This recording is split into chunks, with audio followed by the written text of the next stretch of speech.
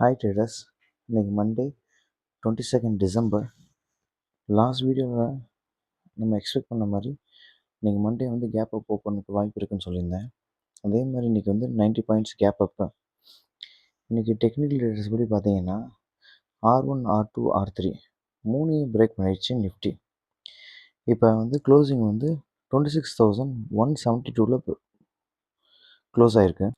இன்னும் ஃபர்தராக வந்து மார்க்கெட் வந்து மேலே அப்சைட் மூவ் ஆகிறதுக்கு சான்சஸ் வந்து ஜாஸ்தி இருக்குது. இப்போ எஃப்ஐஐடிஏயோட டேட்டா பார்த்தீங்கன்னா எஃப்ஐ வந்து 457 க்ரோஸ்க்கு செல் பண்ணியிருக்காங்க. டிஐ வந்து 4000 க்ரோஸ்க்கு வந்து பை பண்ணியிருக்காங்க.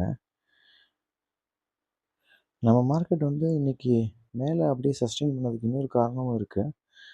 ஆர்பிஐ வந்து பிப்ரவரி பாலிசி மீட்டில் இன்னும் 25 பிபிஎஸ் ரேட் கட் பண்ணலான்ற வாய்ப்பு இருக்குதுன்னு சொல்லிட்டு union bank of India report கொடுத்துருக்காங்க. இது போக இன்றைக்கி வந்து இந்தியாவும் நியூசிலாண்டும் எஃப்டிஏ அதாவது ஃப்ரீ ட்ரேட் அக்ரிமெண்ட் அதுக்கு வந்து நிறையா டாக்ஸ் ஓடிட்டு இருந்துச்சு. ஆக்சுவலி வந்து மார்ச் 2025 இதை ஸ்டார்ட் பண்ணியிருந்தாங்க. ஆனால் இப்போ வந்து இன்றைக்கி வந்து இதை கன்க்ளூட் பண்ணிட்டாங்க.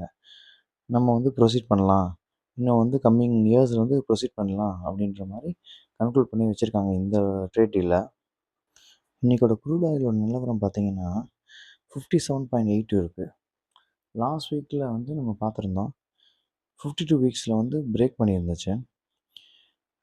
எதனாலனா ரஷ்யா உக்ரைன் கான்ஃப்ளிக்ட் வந்து முடியறதுக்கு வாய்ப்பு இருக்கிறதுனால க்ரூட் ஆயில் விழுந்துச்சு.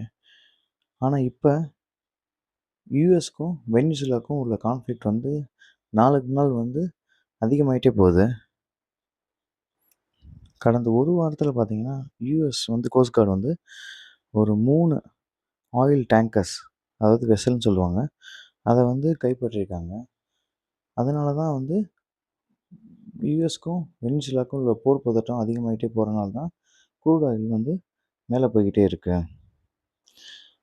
இப்போ வந்து கரண்ட்டு மார்க்கெட் என்ன நிலவரம்னு பார்த்தீங்கன்னா நிஃப்டி 15 பாயிண்ட்ஸ் ப்ளஸில் இருக்குது. யூஎஸ் மார்க்கெட் வந்து நல்ல பாசிட்டிவில் இருக்குது. டேக்ஸு அதுக்கப்புறம் சிஎஸ்சி எஃப்டிஎஸ்சி இவங்கெல்லாம் ஃப்ளாட்டில் தான் இருக்காங்க. நிக்காய் உட்கொண்டு ஃப்ளாட்டில் தான் இருக்குது. இப்போதைக்கு இருக்க நிலவரப்படி பார்த்தீங்கன்னா நம்ம நிஃப்டி வந்து புல் ரனில் தான் இருக்குது. ஆனால் கம்மிங் வீக்கில் வந்து 26,310 அதுக்கு மேலே சஸ்டெயின் ஆனால் மட்டும்தான் இன்னும் ஃபர்தராக மூவ் ஆகும். அதுக்கு வந்து இன்னும் எனக்கு தெரிஞ்ச ஒரு 3 காரணங்கள் வந்து இருக்குது. அது வந்து ஃபேக்டர் ஆச்சுன்னா இன்னும் ஃபர்தராக நல்லா பூஸ்டப் ஆகிறதுக்கு வாய்ப்பு இருக்குது.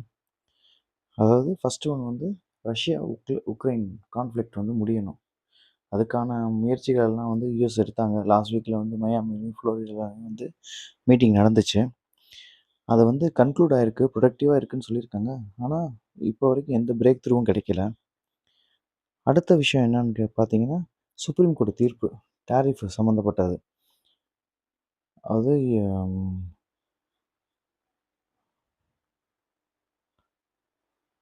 ட்ரம்ப்பு போட்ட டேரிஃப் எல்லாமே வந்து வேலிட் இல்லை அப்படின்னு சொல்கிறதுக்கான சான்சஸ் அதிகமாக இருக்கும். அப்படி வந்துச்சுன்னா அது வந்து நம்மளோட மார்க்கெட்டுக்கு வந்து நல்ல ஒரு பூஸ்டப்பாக இருக்கும். இது போக லாஸ்ட் ஒன்று வந்து யூஎஸ் இந்தியா ட்ரேட் டீல் அதுவுமே இப்போ முடிஞ்சிடும் அப்போ முடிஞ்சிடும் சொல்லிட்டு தான் இருக்காங்க. பட் ஆனால் ஏதோ ஒரு ரீசனுக்காக தள்ளி போயிட்டே இருக்குது.